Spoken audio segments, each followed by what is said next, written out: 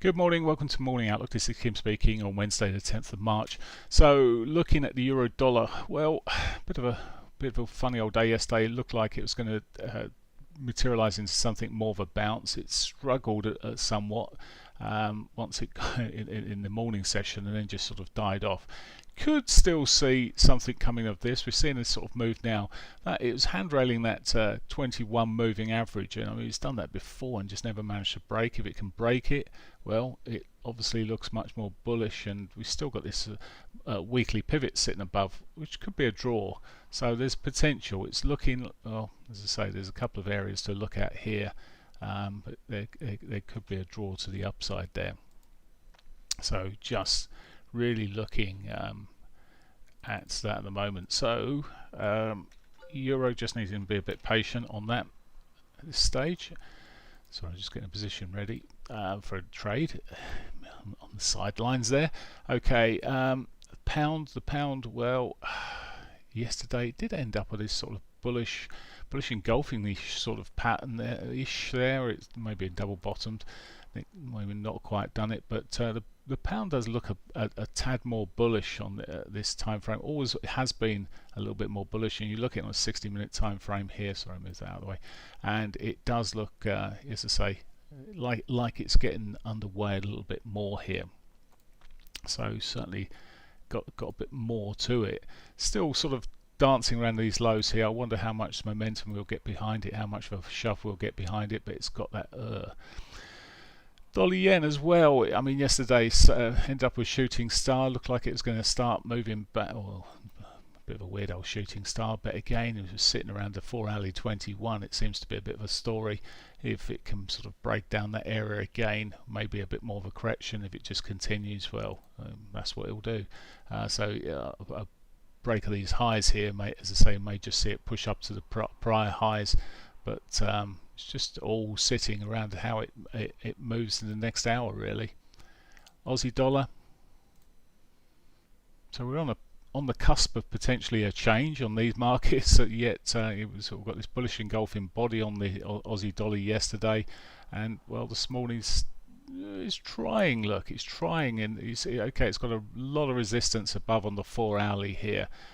So it may just be a slow move there, but again, it looks like it's got potential. Actually, I was looking at them originally this morning a short while ago and just thinking, it's not really got a lot in these markets, but it's got potential of a continuation of what it started yesterday. Canadian dollar, that's a tighter one. It's range bound. It's really quite difficult which way that's going to go at the moment. It's just coiling up in its range, so I'll leave that to be. New Zealand dollar, looking here, well, again, another one that's really quite consolidated. As I say, again, bullish engulfing in terms of the bodies there. Maybe it's got some legs as well. It doesn't look as strong as the Aussie does.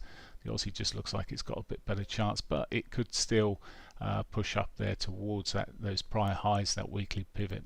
Again, it's already been tapped, though, that weekly pivot. Okay, cross pairs. I didn't see a lot through the cross pairs. All I did see is a lot of chop like this. So we'll keep clear of that lot. Look at the S&Ps then. So the S&Ps yesterday managed to get another up day there, post another up day. Every time it looks like it's done for. I must admit, last week when I was looking at this, and even into Monday, did wonder if we'd see a bit more correction to the downside, but it appears, well, high lows, high highs coming through on this 4-hourly. At the moment, it appears it may still have some more legs to the upside. Okay, and gold. Just looking at gold here. Don't know what's happened on that, but well, gold's got into a bit of a run. I've lost the data actually, sitting on the 4-hourlies, but gold got into a bit of a reversal yesterday around that 1680 area. It's ball flaggish at the moment. On the 4-hourly, maybe it's got. I think I was looking at it yesterday and suggesting if it gets past that 50 moving average, maybe more upside, and certainly on the 200 here. So there is some potential on there. Sorry, the pivot's really tightly put together on there for some reason. Okay, so gold potential. Oil's been shoving up until yesterday. It came off again. Bit of a bearish look to this again.